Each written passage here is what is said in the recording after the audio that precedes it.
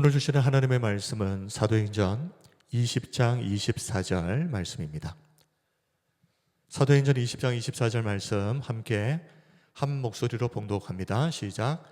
내가 달려갈 길과 주 예수께 받은 사명 곧 하나님의 은혜의 복음을 증언하는 일을 마치려 하면은 나의 생명조차 조금도 귀한 것으로 여기지 아니하노라.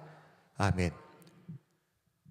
오늘은 불공평한 세상 속에서도 끝까지 살아가게 하는 힘, 사명감이라는 제목으로 하나님의 말씀을 전하겠습니다. 설교 제목에서도 밝히고 있듯이 세상은 불공평합니다. 그냥 불공평한 정도가 아니라 아주 많이 불공평합니다. 기울어진 운동장이라는 말이 있죠. 그런데 사실 어떤 사람에게는 기울어진 운동장은커녕 출발선조차 허락되지 않는 사람들이 있습니다. 참 불공평한 세상이다.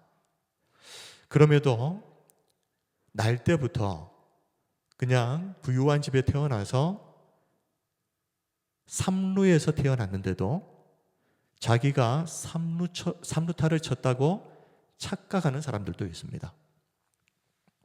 이런 사람들은 자기에게 저절로 주어진 이것들이 당연하다고 생각합니다. 그래서 그런 똑같은 환경을 가지지 못한 사람들을 무시하고 실패자라고 쉽게 낙인 찍는 경향이 있습니다. 마이클 샌델 교수의 저서 공정하다는 착각을 보면 그 책에서 바로 이 오만한 삼루주자들의 심리에 대해서 아주 날카롭게 분석을 하고 있습니다. 마이클 샌델 교수는 단순히 세상이 불공평하다라는 사실을 넘어서 성공한 사람들이 자신의 성공을 해석하는 태도가 어떻게 타인들의 존엄을 해치는지에 대해서 지적을 하고 있습니다.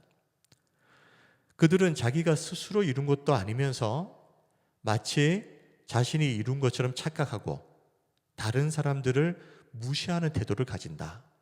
이 부분을 지적하고 있는 겁니다. 그런데 더 기분 나쁜 것은 세상이 이렇게 불공평한데 이런 세상 속에서도 아무런 빽도 없이 열심히 그렇게 살아온 사람들이 그 오만한 삼루에 서 있는 사람들에게 고개까지 숙여야 한다는 것. 참 이런 것들이 생각만 해도 참 기분 나쁘지 않습니까? 오늘 우리가 묻고 싶은 것은 이것입니다. 세상은 이렇게 불공평한데 하나님은 왜 이런 불공평한 세상을 그냥 내버려 두시는가? 하박국 선지자는 선하신 하나님께서 왜 세상의 악한 자들을 그냥 내버려 두시는지, 방관하시는지에 대해서 이렇게 의문을 제기합니다. 하박국 1장 13절 주께서는 눈이 정결하심으로 악을 참아보지 못하시며 패역을 참아보지 못하시거늘 어찌하여 거짓된 자들을 방관하시며 악인이 자기보다 의로운 사람을 삼키는데도 잠잠하시나이까? 예레미야 선지자도 똑같은 질문을 했습니다. 예레미야 12장 1절 여호와여 내가 주와 변론할 때에는 주께서 의로우시니이다. 그러나 내가 주께 질문하옵나니 악한 자의 길이 형통하며 반역한 자가 다 평안함은 무슨 까닭이니까? 자, 한 사람만 더 살펴보겠습니다. 시편 73편의 저자 아삽은 성전에서 찬양하는 직무를 맡은 사람이었습니다. 그런데 어떤 일로 인해서 내 신앙이 흔들릴 뻔했다라고 말합니다. 시편 73편 2절 나는 거의 넘어질 뻔하였고 나의 걸음이 미끄러질 뻔하였으니. 이 아삽이 왜 이렇게 될 뻔했습니까? 3절에서 5절입니다. 이는 내가 악인의 형통함을 보고 오만한 자를 질투하였음이로다. 그들은 죽을 때에도 고통이 없고 그 힘이 강건하며 사람들이 당하는 고난이 그들에게는 없고 사람들이 당하는 재앙도 그들에게는 없나니. 세상이 불공평한 것과 그리고 그런 불공평한 세상을 그냥 내버려 두시는 하나님에 대한 실망감 때문에 내 신앙이 넘어질 뻔했다, 흔들릴 뻔했다라고 고백하는 것이죠.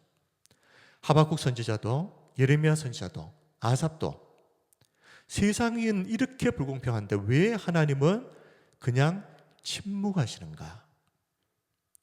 이 문제에 대해서 의문을 가졌습니다.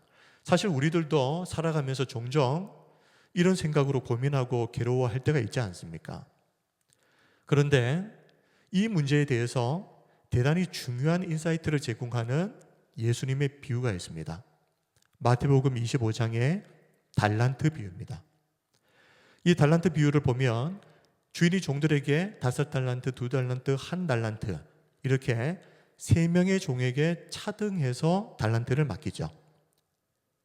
그러자 가장 적게 받은 1달란트 받은 종이 기분 나쁘다고 달란트를 그만 땅에 묻어버리는 일이 발생합니다. 나중에 주인이 돌아와서 결산을 할 때에도 이 종은 오히려 주인 당신이 나쁜 사람입니다 라고 따지고 들죠. 마태복음 25장 24절 25절 1달란트 받았던 자는 와서 이르되 주인이여 당신은 굳은 사람이라 심지 않은 데서 거두고 해치지 않은 데서 모으는 줄을 내가 알았으므로 두려워하여 나가서 당신의 달란트를 땅에 감추어 두었었나이다. 보소서 당신의 것을 가지셨나이다. 자, 주인이여 당신은 굳은 사람입니다. 굳은 사람. 헬라어로 스클레로스는 단순히 성격이 엄격하다라는 말이 아닙니다. 이 스클레로스는 이 사람은 자비로움이라고는 눈꼽만큼도 찾아볼 수가 없는 무자비한 사람이라는 뜻입니다. 지금 주인을 향해서 당신은 피도 눈물도 없는 무자비한 착취자라고 지금 비난을 하고 있는 것이죠. 심지 않은 데서 거두었다. 남들이 수고해서 씨를 뿌려 놓았더니 이 사람이 가서 그 결실만 가로채 가버렸다는 겁니다. 부당한 이익을 취하는 사람. 그리고 해치지 않은 데서 모으는 줄을 내가 알았습니다. 해친다는 것이 무엇입니까? 타작마당에서 곡식을 공중에 던져서 바람에 결을 날려버리죠. 이걸 우리가 키질이라고 합니다. 이 키질을 말하는 겁니다. 지금 종은 주인을 향해서 당신은 키질조차 하지 않으면서 알곡만 챙기려고 하는 이기적인 사람입니다 라고 비난하고 있습니다. 한마디로 지금 나 기분 나쁘다는 말이죠. 문제는 예수님의 비유에 등장하는 이 주인이 하나님을 비유한 것입니다. 만약 종이 말이 많다면, 만약 종의 말처럼 이 주인이 정말 불공평한 사람이라면 이 비유에서는 하나님이 불공평한 분이 되어버립니다. 결국 그런 하나님이 불공평한 세상을 그냥 방치하고 계신다라는 말이 되어버리겠죠. 그러나 예수님은 이 비유를 시작하시면서 중요한 전제를 먼저 밝히셨습니다. 각자의 재능에 따라 그렇게 맡겼다는 것입니다. 마태복음 25장 15절 각각 그 재능대로 한 사람에게는 금 5달란트를, 한 사람에게는 2달란트를, 한 사람에게는 1달란트를 주고 떠났더니, 즉 하나님께서 각 사람에게 차등해서 맡기시는 것은 하나님이 불공평하신 분이시기 때문이 아니라 각 사람을 가장 잘 알고 계시는 하나님께서 그들이 잘 감당할 수 있는 만큼만 맡기셨다 하는 것입니다. 자, 물론 이 관점으로 세상의 모든 불공평에 대해서 설명할 수는 없습니다. 예를 들어서 하나님께서 각자의 재능에 따라서 감당할 수 있을 만큼만 맡기셨다라고 말했는데 현실을 보십시오. 전혀 재능도 없어 보이고 자격도 없어 보이는 사람들이 때로는 엄청난 권력도 누리고 권세도 누리는 경우가 많지 않습니까?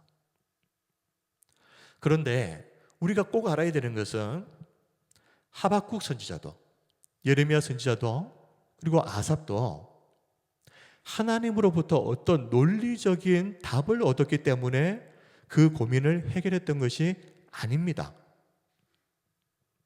이것을 우리가 알아야 됩니다. 하나님이 설명을 해 주셨더니 그 설명을 듣고 보니 맞네, 이게 아니라는 겁니다. 하나님과의 대화를 통해서 이 사람들이 깨닫게 된 것은 먼저 자신의 무지입니다. 인간의 생각, 인간의 수준으로는 도저히 이해할 수 없는 영역이 있구나. 하나님이 아무리 설명해 주신다고 해도 내가 그 설명을 알아들을 수 있는 수준이 안 되는구나. 자신의 무지를 먼저 깨닫게 된 것입니다. 그런데 이것을 인정하고 나니까 어떻게 됩니까? 우리와는 비교도 할 수 없는 하나님의 놀라운 섭리에 대해서 신뢰하기 시작한 겁니다. 내가 이해할 수는 없지만, 이 상황이 도저히 설명이 되지는 않지만, 그건 내가 부족해서 그런 것이고 내가 이해력이 딸려서 그런 것이지, 하나님은 완전하신 분이시고 하나님이 행하시는 모든 것은 옳다라는 것을 신뢰하기 시작하면서 아삽도, 예레미야도, 그리고 하박국 선지자도 하나님의 그 섭리들을 이해하기 시작했던 겁니다. 어떤 상황 속에서도 우리가 믿어야 하는 것은 하나님이 나를 나보다 더 잘 아신다. 그래서 나에게 가장 맞는 것을 맡겨주신다는 것. 그리고 또 한 가지 믿어야 되는 것이 있습니다. 그렇게 맡겨주시는 것이 하나님의 은혜라는 것입니다. 우리는 흔히 무조건 많이 받기만 하면 복이라고 생각하는 경향이 있는데, 준비가 되지 않은 상태에서, 그것을 감당할 수 없는 상태에서 넘치게 받아버리는 것은 오히려 그 사람을 망가뜨리는 재앙이 될 수 있습니다. 실제로 복권 당첨자의 70% 이상이 수년 내에 파산했다라는 통계가 있습니다. 탕자의 비유를 한번 생각해 보십시오. 아버지의 재산을 미리 땡겨서 외국에 나가버린 이 둘째 아들, 어떻게 됐습니까? 얼마 지나지 않아서 그 재산 다 탕진하고 거지 신세가 되어버렸습니다. 그런 점에서 주인이 종에게 한 달란트를 맡겼다는 것은 주인이 종을 차별해서가 아닙니다. 이 종이 감당할 수 있는 만큼 맡기는 것이 이 종에 대한 배려이고 그것이 은혜라고 생각했기 때문입니다. 자, 그리고 우리 절대 잊어서는 안 되는 것 한 가지가 더 있습니다. 하나님은 많이 맡기신 만큼 많은 결산을 요구하신다는 겁니다. 누가복음 12장 48절, 알지 못하고 맞을 일을 행한 종은 적게 맞으리라. 무릇 많이 받은 자에게는 많이 요구할 것이요 많이 맡은 자에게는 많이 달라 할 것이니라. 하나님께서 많은 것을 누리게 하셨다면 그만큼 더 무거운 책임이 주어졌다는 것입니다. 노블리스 오블리제라는 말을 아마 들어보셨을 텐데, 프랑스어입니다. 노블리스, 고귀함, 오블리제, 책임. 그래서 고귀한 신분은 의무를 갖는다.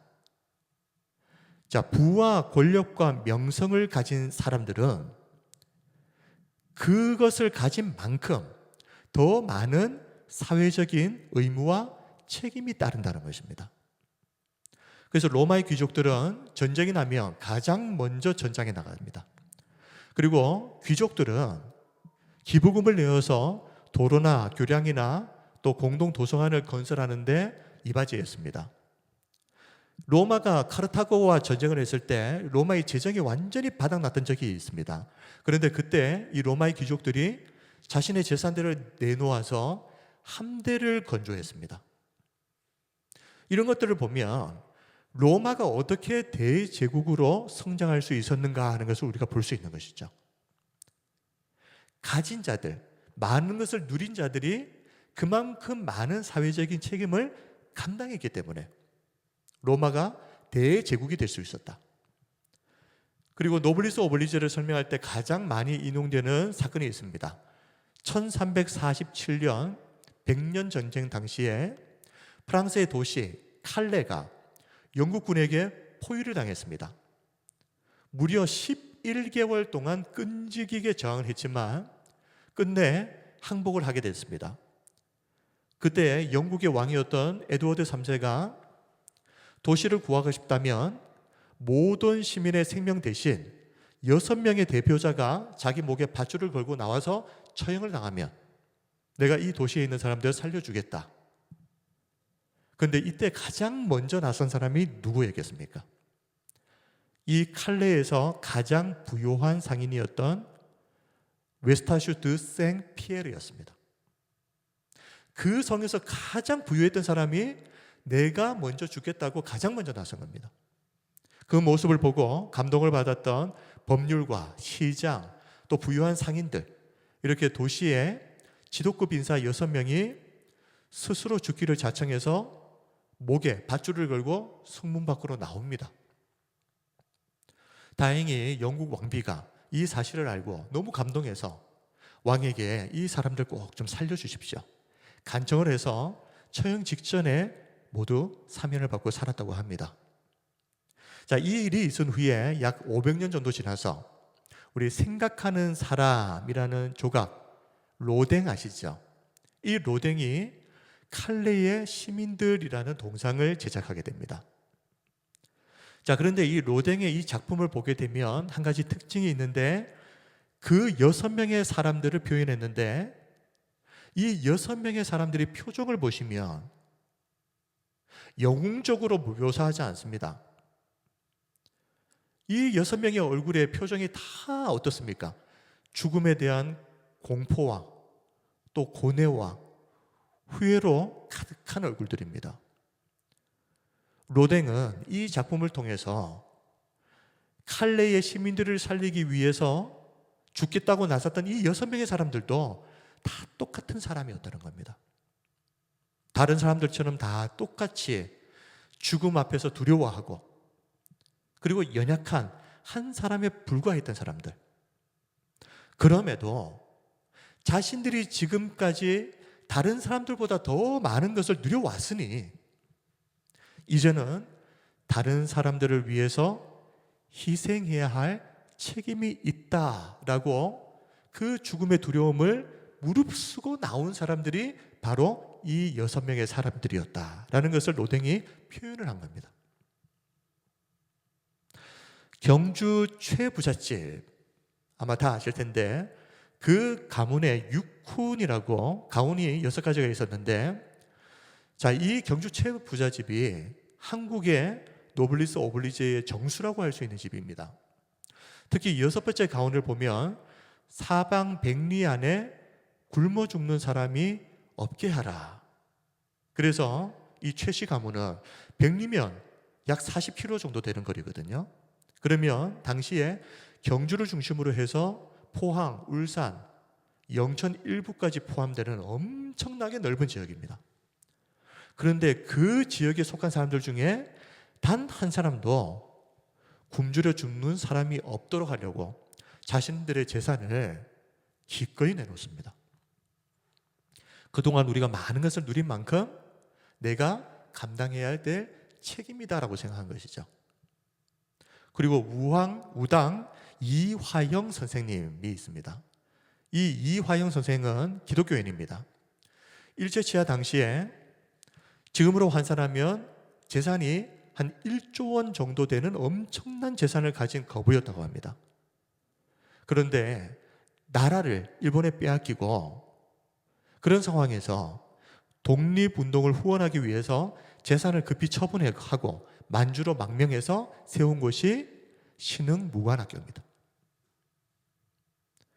전 재산을 독립운동 자금으로 다 쏟아 부어버린 탓에 정작 이화영 선생은 지독한 가난에 시달리면서 끼니조차 잊기 힘든 생활을 했다고 합니다.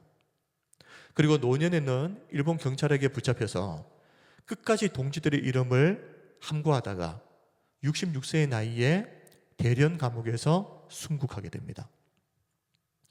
이들의 공통점이 무엇입니까? 그동안 자신들이 다른 사람들에 비해 더 많이 누린 것을 당연하게 생각하지 않았다는 겁니다. 그리고 나라가 어려움에 처했을 때, 주변의 사람들이 어려움을 당하고 있을 때 누구보다 먼저 나서서 그동안 많이 누린 만큼 그 이상으로 사회적인 책임을 다했다라는 공통점이 있습니다. 이것이 노블리스 오블리제입니다. 많이 누린 만큼 책임져야 할 것도 많다. 하나님의 은혜로 구원받은 성도들은 우리가 하나님 앞에서 우리가 이 땅에서 살아갔던 모든 삶을 결산해야 할 날이 온다는 것을 기억하고 누구보다도 더욱 노블리스 오블리지의 삶을 실천하는 그런 삶을 살아야 될 줄로 믿습니다. 하나님은 우리가 가난한 자를 위해서 냉수 한 그릇 대접한 것도 잊지 않고 반드시 결산하시는 분이심을 믿으시기 바랍니다. 그리고 태어날 때부터 부잣집에 태어나서 이런 것 저런 거 다 누린 삼루에서 출발하는 사람들에게 이 말 한마디 해주고 싶습니다. 하나님은 당신이 이 땅에서 많은 것을 누리게 하신 만큼 인생이 끝나고 당신이 하나님 앞에 서게 될 때 당신에게 다른 사람들보다 더 많은 인생의 결산을 요구하실 것이다. 그러니 많이 가졌다고 교만한 행동하지 말고 누구보다 더 무거운 책임감을 가지고 겸손하게 나누며 살아라. 자, 그럼에도 불구하고 우리가 불공평한 세상 속에서 살아가야 한다 하는 현실은 변함이 없습니다. 이런 불공평한 세상 속에서도 성도가 낙심하지 않고 끝까지 살아갈 수 있는 그 힘이 무엇일까요? 사명감입니다. 사명감.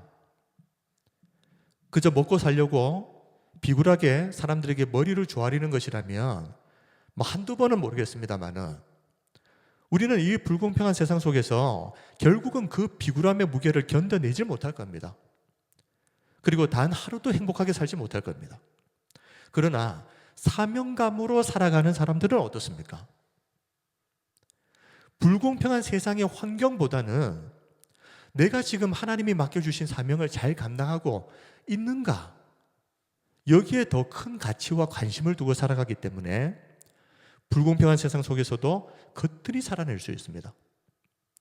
한 달란트를 받았던 종도 이 사명감이 없었기 때문에 자신이 감당해야 할 책임보다는 기분이 나쁘다는 이유로 주인이 맡겨둔 그 달란트를 땅에 묻어버렸는데, 만일 이 종이 사명감이 있었다면 왜 나에게는 작은 것을 맡겼느냐 이렇게 원망하고 불평하기보다는 뭘 고민했겠습니까?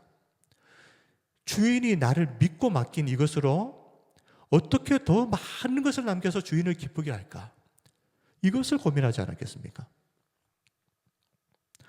우리가 자꾸 세상의 불공평함을 탓하면서 신세 한탄이나 하고 있는 것은 이 한 달란트 받은 종처럼 사명감을 잃어버렸기 때문입니다. 내가 무엇에 집중해야 할지를 잃어버렸기 때문에 엉뚱한 것에 우리의 마음을 집중하는 것입니다. 사명감이 있다면 그런 쓸데없는 것들을 위해서 원망하고 불평하고 있을 시간이 어디 있습니까? 지금 당장이라도 밖에 나가서 5달란트, 2달란트 받은 종들처럼 열심히 장사를 하든 사업을 하든 뭐라도 하려고 하지 않겠습니까? 그러나 사명감이 없는 사람은 아무것도 하지 않으면서 매일 불평만 하느라 하루를 다 보내버립니다. 그러니 이 불공평한 세상 속에서 원망과 불평으로 인생을 낭비하지 말고 가치 있는 인생을 살아갈 수 있는 방법, 사명을 회복하는 것이다. 사명을 다시 회복하게 되면 우리는 무엇에 내 삶을 집중해야 되는지를 알게 됩니다. 오늘 본문의 바울이 바로 그런 사명의 삶을 살았던 사람이죠. 사실 바울은 예수님을 믿기 전까지만 해도 세상 부러울 것 없는 최상류의 삶을 살았던 사람입니다. 그런 그가 다메섹 도상에서 부활하신 예수님을 만나고 나서 이제 복음을 전하는 이 사명을 위해서 기꺼이 매맞고 갇히고 굶주리는 삶을 선택하지 않습니까? 그런데 바울은 그런 삶을 속에서도 예수님을 믿었는데 왜 이런 고난을 당하느냐라고 원망하지 않습니다. 오히려 반대였습니다. 지금보다 더 큰 고난을 당하고 어려움을 당해도 상관없다. 예수님께서 나를 믿고 나에게 맡겨주신 이 사명을 제대로 감당할 수만 있다면 나는 내 생명조차도 조금도 귀한 것으로 여기지 않는다. 오늘 본문 사도행전 20장 24절이 바로 그 고백입니다. 우리 함께 읽겠습니다. 시작. 내가 달려갈 길과 주 예수께 받은 사명 곧 하나님의 은혜의 복음을 증언하는 일을 마치려 하면은 나의 생명조차 조금도 귀한 것으로 여기지 아니하노라. 아멘. 예수님을 믿으면 이제 고생 끝. 하는 일마다 잘 되겠지. 돈 많이 벌어서 부자가 되겠지. 내 병이 낫겠지. 내 문제가 다 해결되겠지. 이런 것들만 기대하며 예수님을 믿는 사람들이 과연 이런 고백을 할 수 있겠습니까? 오히려 예수님 믿었더니 힘든 일만 더 생긴다고 원망하고 불평하면서 예수님을 믿느니 믿지 않느니 이러지 않겠습니까? 그러나 바울은 하나님이 맡겨주신 사명을 자기 생명보다도 더 귀하게 여겼습니다. 이 사명감이 바로 불공평한 세상 속에서도 매일 매맞고 고난당하고 사람들로부터 업신여김을 받는 그런 환경 속에서도 하나님 원망하지 않고 바울을 끝까지 살아가게 했던 그 힘이었습니다. 마지막으로 오랜만에 송명희 시인에 대해서 잠시 이야기를 하려고 합니다. 우리 잘 알고 계시죠? 1963년생입니다. 이 송명희 시인은 태어날 때 의사의 실수로 뇌를 다쳐버렸습니다. 그래서 평생 뇌성마비 환자로 살았습니다. 목도 제대로 가누지를 못합니다. 그리고 사지가 뒤틀려 있기 때문에 말 한마디를 하려고 그러면 온몸을 쥐어짜야 됩니다. 그런 말로 다 못할 고통 속에서 하루하루를 살았던 겁니다. 그런데 당시 아버지는 또 폐결핵에 걸려서 알아 누워버렸고, 어머니는 이 셋째 딸인 명희를 등에 업고 남의 집 식모살이를 해서 겨우 생계를 이어갈 수 있었다고 하는데, 집안 형편이 이렇게 너무 어렵다 보니 제대로 된 치료도 받지 못했고 교육도 제대로 받을 수 없었습니다. 휠체어가 없어서 그 집안의 작은 방 안에 거의 평생을 갇혀 지냈습니다. 청소년기에는 그녀도 자신의 이런 처지를 비관하면서 하나님을 원망하기도 했고 그냥 생을 접어야 하나 고민하기도 했습니다. 그러다가 17세가 되었을 때 하나님을 인격적으로 만나는 영적인 체험을 합니다. 그리고 나서 하나님 한 번만 더 나타내 주세요. 그러면 제가 믿을게요. 그런 그녀에게 하나님의 음성이 들려왔고 그때부터 그녀의 내면에 폭풍 같은 시상이 막 떠오르기 시작하는 겁니다. 말을 제대로 할 수 없었기 때문에 이 입에 펜을 물거나 뒤틀린 손가락 사이에 펜을 끼워서 한 글자 한 글자 힘겹게 시를 적어 내려갔죠. 그 시가 수많은 찬양으로 만들어지고 전 세계에 퍼지게 됩니다. 제대로 몸도 가누지 못하는 그 몸으로 수많은 나라들을 방문해서 거기에서 하나님을 간증합니다. 사실 누구보다 세상이 불공평하다고 가장 많이 원망하고 가장 많이 좌절했어야 될 이 송명희 시인이 하나님을 원망하지 않고 힘겹지만 하루하루를 살아낼 수 있었던 힘이 무엇입니까? 그녀가 하나님이 그녀에게 주신 사명을 제대로 깨달았기 때문입니다. 이 나라는 시를 보면 가사가 이렇습니다. 시가 이렇습니다. 나 가진 재물 없으나, 나 남이 가진 지식 없으나, 나 남에게 있는 건강 있지 않으나, 그런데 나 남이 없는 것 있으니, 재물도 없고 가난해서 배운 것도 없고 남에게 있는 건강도 없고 다 없는데 자신에게는 남이 가지지 못한 무엇가 있다라고 말합니다. 그것이 무엇입니까? 남이 못 본 것을 보았고, 남이 듣지 못한 음성 들었고, 남이 받지 못한 사랑 받았고, 남이 모르는 것 깨달았네. 비록 몸은 불편하고 집안은 너무너무 가난해서 제대로 배우지도 못하고 치료도 제대로 받지 못했지만, 하나님은 그런 송명의 시인에게 다른 사람들이 보지 못한 것을 보게 하셨고, 듣지 못한 음성을 듣게 하셨고, 다른 사람들이 받지 못한 사랑을 받게 하셨고, 다른 사람들이 모르는 것을 깨닫게 하셨다라고 송명의 시인은 고백을 합니다. 다른 사람들이 알지 못한 것, 가지지 못한 것, 하나님께서 왜 송명의 시인에게 허락해 주셨겠습니까? 이것을 다른 사람들에게 전하는 사명으로 주신 겁니다. 송명의 시인은 하나님이 자신에게 맡겨주신 사명이 바로 이것이다라는 것을 깨닫고 나서 살아야만 하는 이유를 찾은 것이죠.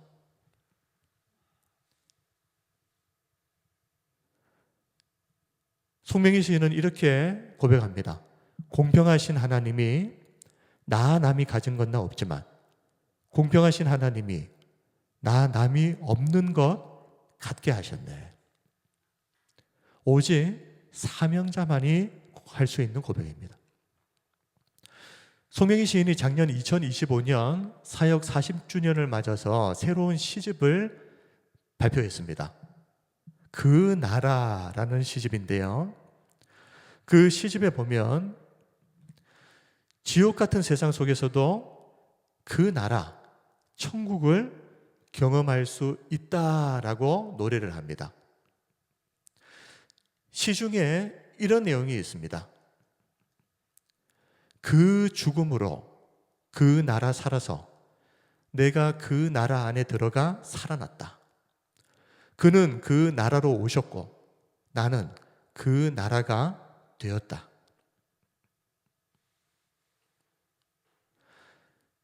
지금까지도 하나님이 주신 그 사명, 다른 사람은 보지도 듣지도 못했던 그 하나님이 자신에게 주신 그것을 전하는 그 사명을 가지고 지금도 하나님의 나라를 이 땅에서도 누리면서 살아가고 있는 송명의 시인을 보면서 이런 삶이 어떻게 가능하냐? 오직 사명자에게만 허락된 은혜입니다. 내가 가지지 못한 것을 원망하고 불평하면서 살아가는 사람들은 결코 할 수 없는 고백. 아무리 힘들어도 그래도 나에게는 하나님이 주신 사명이 있다. 그래서 오로지 그 사명만 바라보고 살아가는 사람들이 할 수 있는 은혜의 고백입니다. 우리 사랑하는 성도 여러분, 어쩌면 우리들 중에도 세상이 왜 이렇게 불공평해? 이렇게 힘들게 살아가면서 하나님이 공평하시다면 어떻게 이런 일이 나한테 일어날 수가 있나? 그렇게 나도 모르게 하나님을 원망하는 그런 일이 우리들 가운데서도 있을지도 모르겠습니다. 오늘 하나님께서 송명의 시인의 마음을 어루만져 주신 것처럼 우리 하나님이 그렇게 상처받고 아픈 한 사람 한 사람의 마음을 어루만져 주시기를 소망하고 기대합니다. 그리고 무엇보다 이 시간이 우리 모두에게 사명을 다시 회복하는 그 기회가 되기를 바랍니다. 멀쩡한 사람도 사명을 잃어버리면 얼마 못 가서 다 무너집니다. 다 주저앉아 버립니다. 그러나 사명을 회복한 사람은 절대 무너지지 않는 것을 믿으시길 바랍니다. 그러니 세상 불공평하다고 힘들다고 주저앉아만 있지 말고 사명을 회복하시길 바랍니다. 그동안 땅에 묻어두었던 하나님이 맡겨두신 그 달란트를 다시 캐내셔야 됩니다. 그리고 그 달란트를 가지고 세상에 나아가셔야 됩니다. 누구보다 열심히 그 달란트를 사용하셔서 하나님 앞에 섰을 때에 내어놓을 것들을 준비하면서 살아가시길 바랍니다. 이렇게 우리가 사명을 감당하며 살아갈 때 우리는 불공평한 세상 속에서도 무기력에 빠지지 않고 기쁘게 살아갈 수 있게 될 것을 믿습니다. 그리고 하나님은 우리의 그런 마음을 기뻐하시고 더 많은 것을 맡겨두실 것입니다. 말씀을 정리하겠습니다. 오늘은 불공평한 세상 속에서도 끝까지 살아가게 하는 힘, 사명감이라는 제목으로 하나님의 말씀을 전했습니다. 오늘 우리 모두에게 이 사명이 회복되는 은혜가 있으시기를 주님의 이름으로 축원합니다. 하나님이 나를 믿고 맡겨두신 것입니다.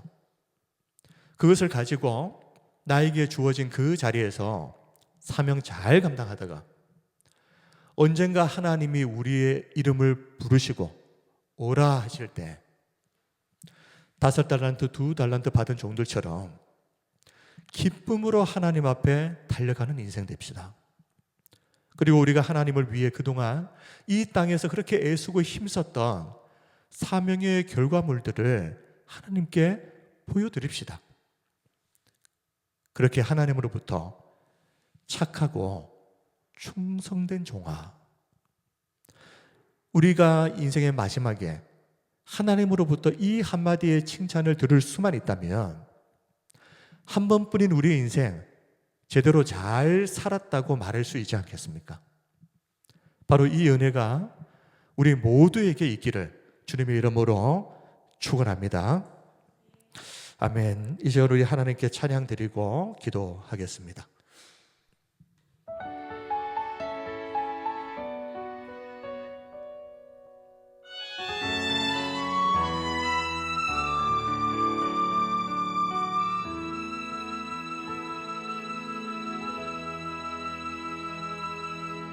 나 가진 재물 없으나 나 남이 가진 지식 없으나 나 남에게 있는 건강이 있지 않으나 나 남이 없는 것 있으니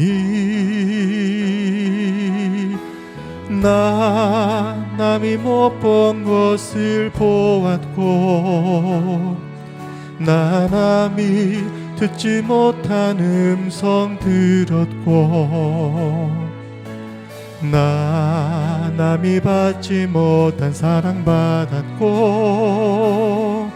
나 남이 모르는 것 깨달았네.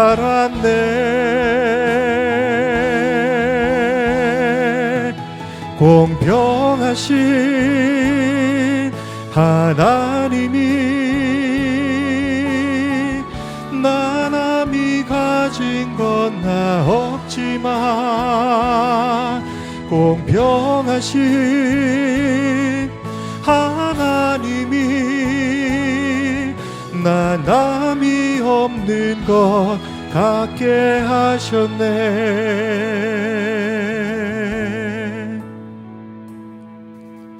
나 가진 재물 없으나 나 남이 가진 지식 없으나 나 남에게 있는 건강이 있지 않으나 나 남이 없는 것 있으니 나 남이 못 본 것을 보았고 나 남이 듣지 못한 음성 들었고 나 남이 받지 못한 사랑 받았고 나 남이 모르는 것 깨달았네.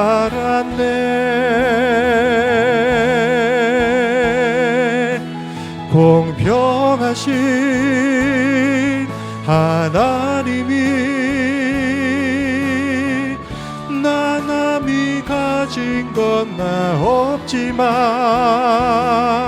공평하신 하나님이 나 남이 없는 것 갖게 하셨네. 공평하신 하나님이 나 남이 가진 건 나 없지만 공평하신 하나님이 나 남이 없는 것 갖게 하셨네. 공평하신 하나님이 나 남이 가진 건 나 없지만 공평하신